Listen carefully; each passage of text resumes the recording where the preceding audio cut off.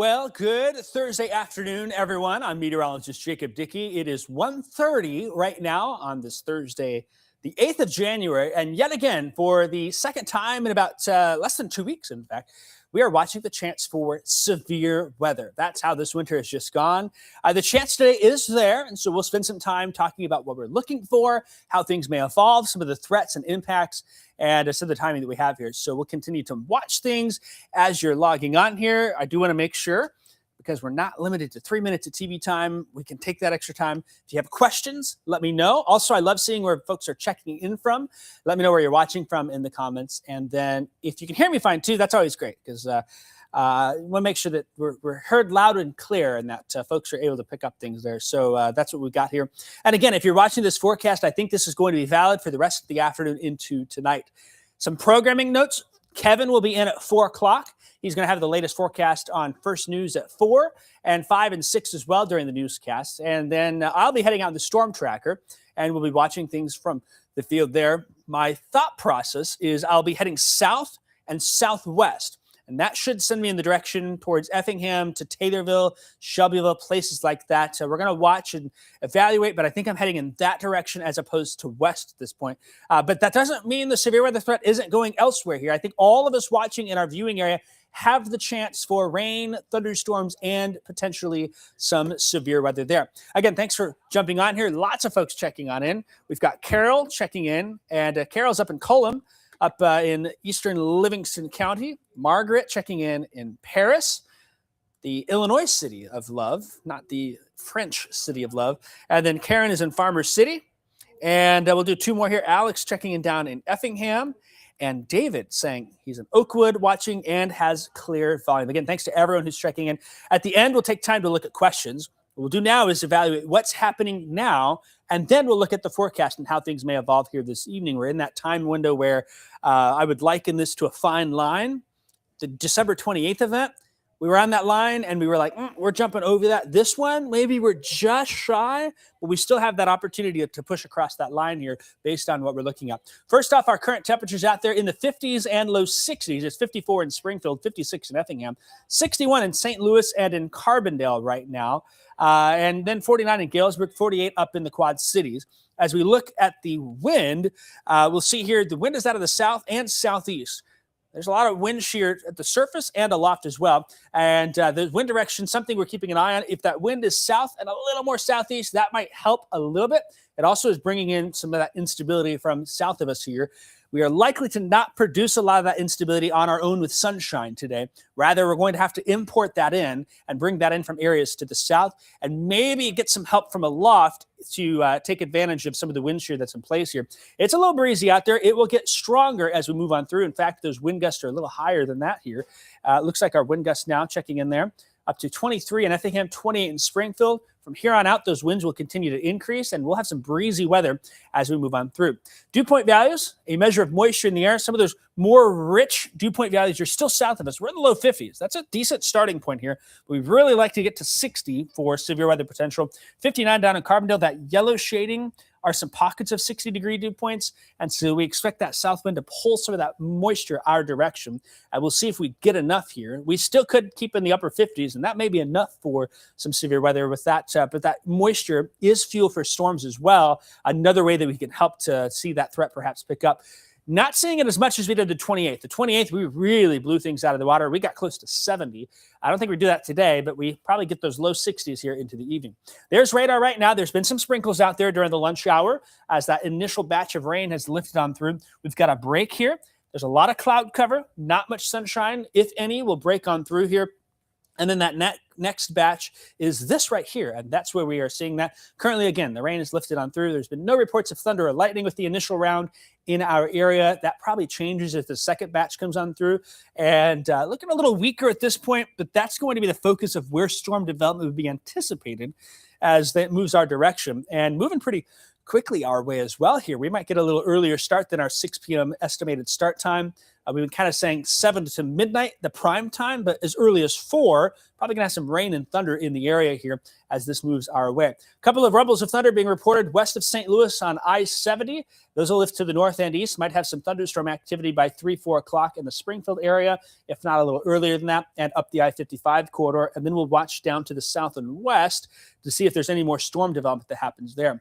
This is the latest risk from the Storm Prediction Center. It is only a marginal risk. The threat low, in fact, really low. That's the bottom of our scale here. But we are looking at some things that may allow us to exceed that marginal risk guidance here. In fact, the discussion that came out late this morning from the Storm Prediction Center, they said they had considered an upgrade to slight for parts of Illinois, including here in our area. The next update comes from them at 2 o'clock, and we'll see if they make that decision or not. I don't have a firm idea with this system if we actually will get that upgrade, but I don't think that changes the message here. Anytime we get these winter storm systems to line up like this one is, and we've got some spring-like temperatures, I think it's always safest to have an abundance of caution. Marginal risk, though, is for everyone. So if you're watching Pontiac, Effingham, Jacksonville, Maridoja, Danville, over towards State Line City, places like that, north, south, east, west, we are all talking about the same potential today. So this will apply for everyone here.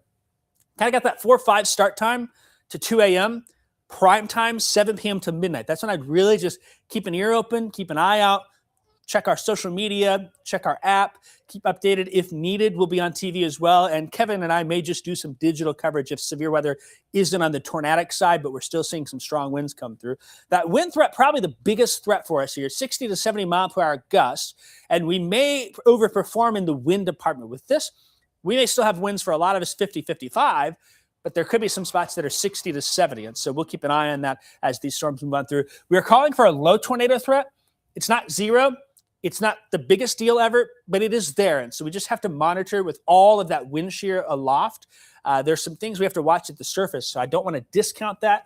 It's something we may not fully realize until those storms get closer and we see how they're interacting in the atmosphere there. So just a word of caution on that tornado risk. Low, not zero, not the worst thing ever.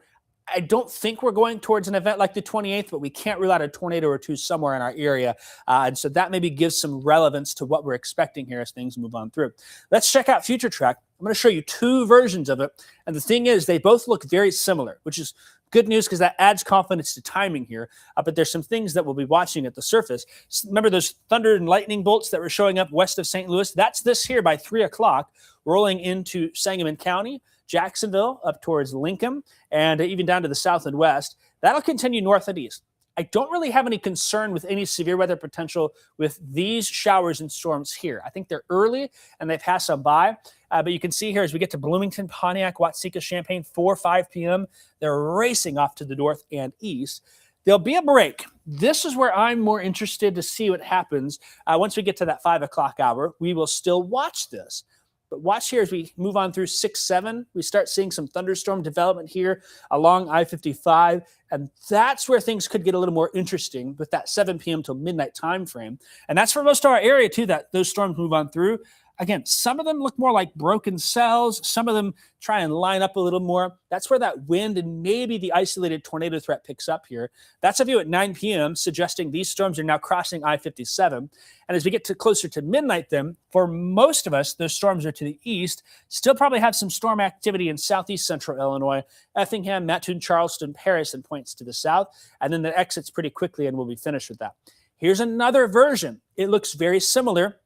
7, 8 o'clock. Again, you kind of get the idea. This broken line of storms coming on through and moves it out. Here's 9, 10, and then 11, 12. Yeah, very similar in that timing, which gives me confidence that if something were to materialize, we're looking at 7 p.m. till 12 a.m. That's the consideration for us as things move on through. Here's the issue. First off, the wind energy aloft, if this was in March or April, I think this would be a pretty big deal for us here in Central Illinois. There's a lot of things that look very favorable for that. The wind profiles are really impressive. There's a lot of that wind energy, which would give us a higher severe weather threat. But what we are missing here is the instability, the energy that storms need. You can think of it as, if you're into car racing and things of that, NASCAR, they've got those high-performance engines. We've got a high-performance engine, but we have accidentally put in some watered-down fuel. in the tank here. And that's kind of what we're dealing with. There's not much energy that shows up earlier on in the game. But as we get past 7 o'clock, there may be some instability that's able to sneak on in. This is the big question mark. One, is this enough? And two, are those values able to make it as far north as some of the guidance is suggesting here? It wouldn't take much fuel to get that engine started. There's just enough that's right up to the line needed, but we still may need a little bit more. And so if we don't get that, then I think we just have rain and storms. That's going to happen. We'll have thunder. It will be windy out there. But this instability at the surface is the key, I think, to seeing if we get enough fuel to get those high-performance engines going, to get those storms rolling through our area here.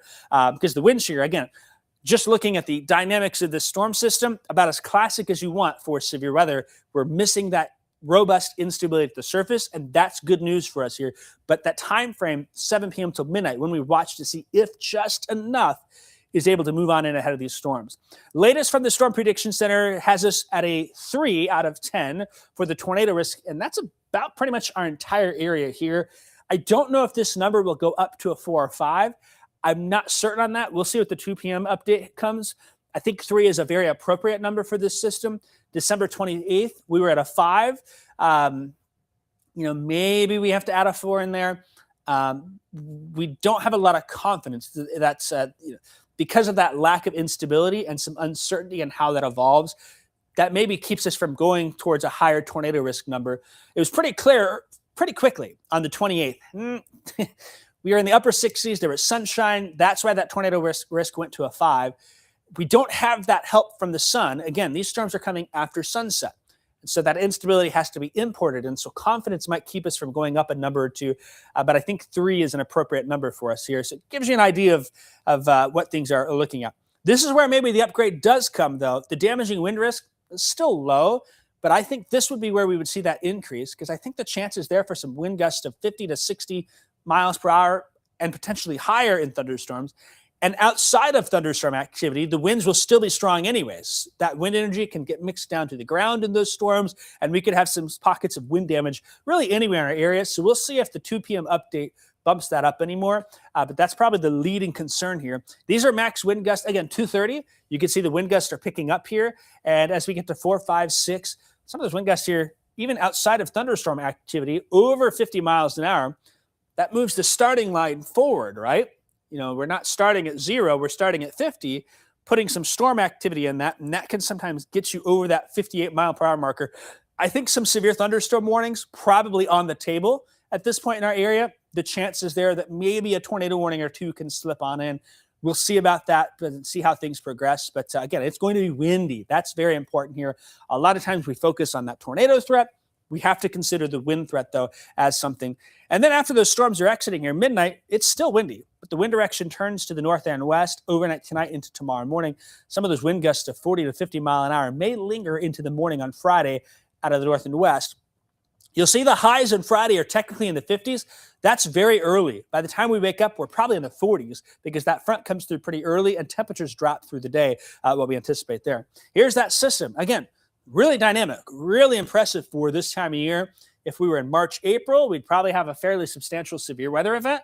Thankfully, it's January. There's factors that work against that, but we all know severe weather can and has happened in the wintertime months here. So we'll keep an eagle eye on it as this low pressure system slides on through. And then by tomorrow, it clears out. So Friday should be pretty quiet for us as far as rain, snow, storm activity. But then we got another system that sneaks in as we go into Saturday, and that may bring some rain showers, maybe a little wintry mix with it. We'll worry about that later because, of course, the focus today is on our severe weather. Here's the summary. The summary I've got, tornado threat is low. It's not 0. That often is the focus, and rightfully so. We've had our fair share of tornadoes in the last 3 years. We hope we don't start off 2026 with a bang. The chance is that, yes, we could get a couple of tornadoes to appear out of this system. That the confidence is lower on that because we need a little more instability, and that's the unknown factor in this whole setup here. The wind threat, probably the bigger deal for us, 60 to 70 mile per hour wind gusts.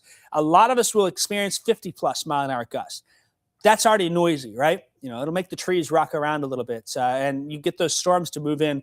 The starting line is ahead, so I think it'll be windy. You'll probably, at some point, be like, oh, man, that wind is really huffing and puffing and blowing there. Hail, not worried about. That's not an issue with this system. Can't rule out some very small hail here and there, but that's not going to be a problem for us. And then the flooding threat, actually calling for low. In fact, the Weather Prediction Center, this is something I saw. Let me see if I have this graphic readily available. The Weather Prediction Center actually had a flood risk. It was a very small area, and I don't think I have this graphic. This may not be the right one here. We'll see if this works. So bear with me here. Let me drop that and pull this data in. I'm doing this on the fly here.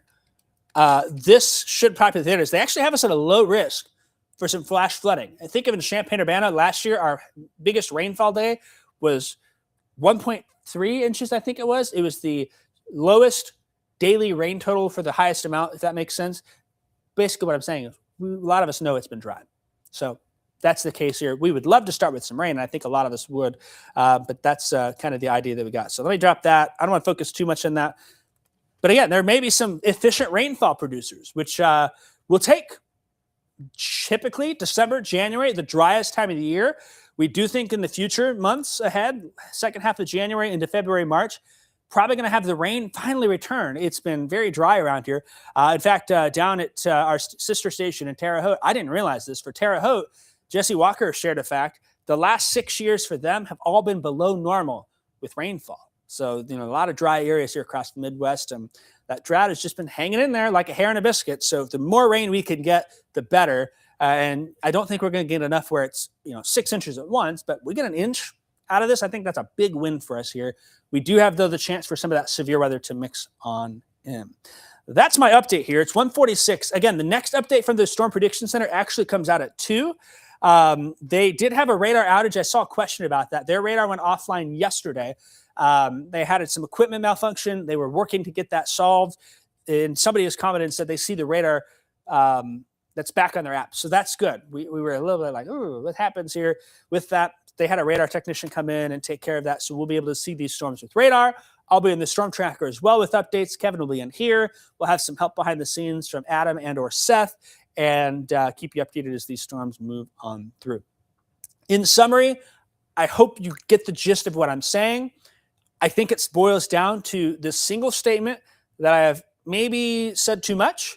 And some of you, as I say it, will be like, oh, yeah, I've heard that before. Never trust a winter storm system with spring temperatures. And I don't trust it. There's a chance we scrape through, just get some rain, some pockets of wind. I think we'll at least have some severe thunderstorm warnings. We'll probably have some pockets of 60-plus mile-per-hour winds here and there.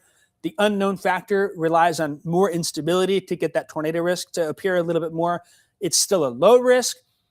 I'm not seeing much right now that is showing that instability is going to exceed what's forecast, but it's just something we have to watch here. There's a number of ways that we can get that instability. Sunshine's one of them, and I don't think we have a lot today to help out. That's good news. But again, we're bringing the instability and importing it in from the south of us here and drawing it north as that low pressure system passes on by. That's my update here. I'm going to look through and see if there's any comments, anything like that. And we'll just throw in the graphic. In fact, I'll put up the SVC outlook just to see if sometimes they'll update it a little earlier. I haven't seen that at all. Maybe I'll be able to peek right here. Looks like they have, actually they did update it. Okay. So their update brings no changes to the area for us. So we're still in a marginal. Their wording is another location of interest for this evening will be across portions of Illinois. Across south central Illinois, some better overlap of weak surface-based instability beneath the low-level jet may occur later this evening.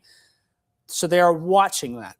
It's kind of an area of interest, and that's why I'm probably heading south to Taterville, Effingham, Shelbyville, somewhere that direction.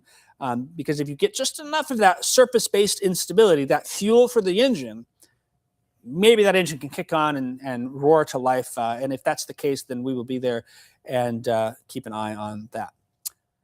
So back to questions. That's what we were doing. Sometimes there's questions, sometimes there's not.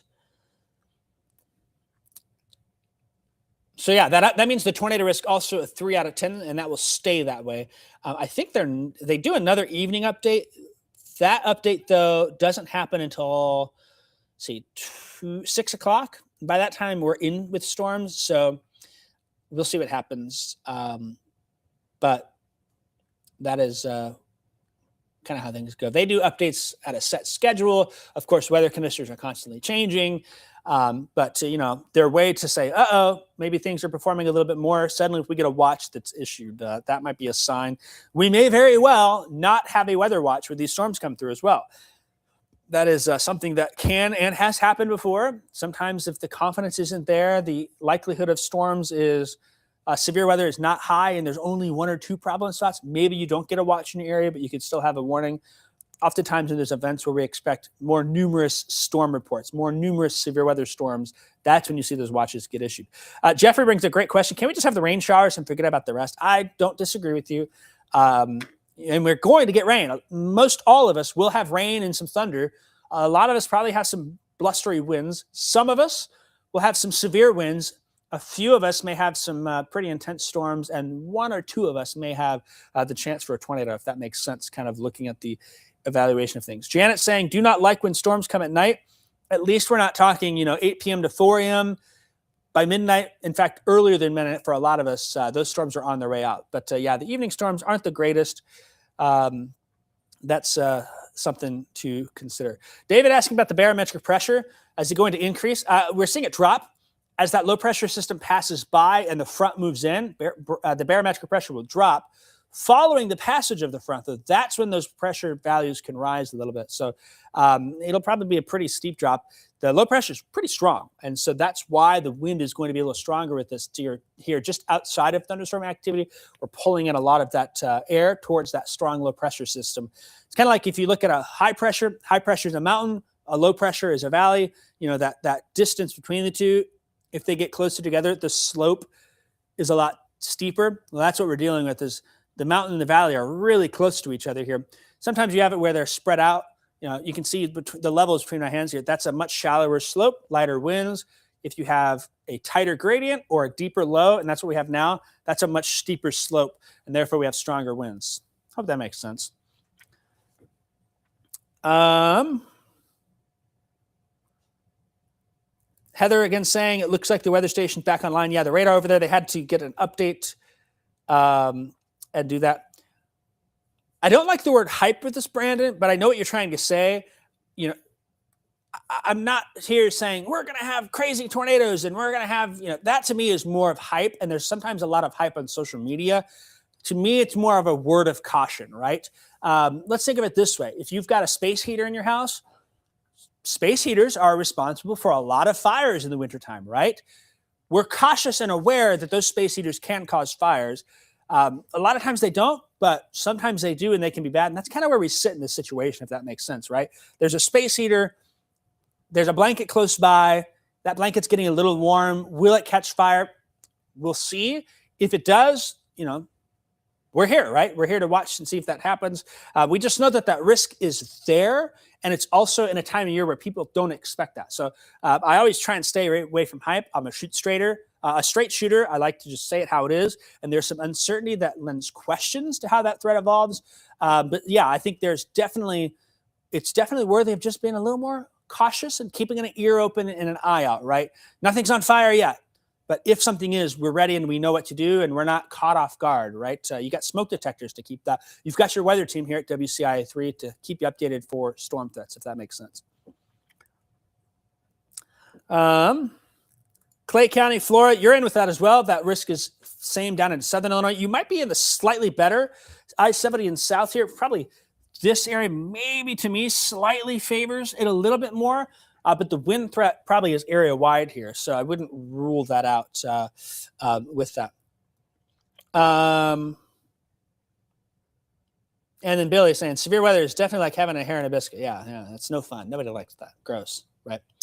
Okay, that is what we've got here. And again, if you're watching now, it's 1:54. We started this at 1:30. This is going to be valid for the rest of the afternoon into tonight. I'll be packing up the storm tracker and heading out here in a bit. And then Kevin will be in for the news at 4. We will keep you updated, and we will keep an eye on the sky. And I think you just keep an ear open, right? We're aware of it. We know there's a chance. We hope there's not. The odds probably favor that there's not here. But we've got a few things that just make us a little cautious, a little suspicious, right? I'm always suspicious what the storm system could do. So, and it's January, right? If this was May, it'd be like, oh, yep, another chance for severe weather. Whoop-de-doo. Happens 6, 8, 10 times in May. It's January. It's supposed to be snowy. It's supposed to be cold. It's supposed to be winter, but that's not the case for us here today. Thanks for watching, and you'll see the next update from Chief Meteorologist Kevin Leidy on TV during First News at 4 p.m. on Channel 3, and we'll keep you updated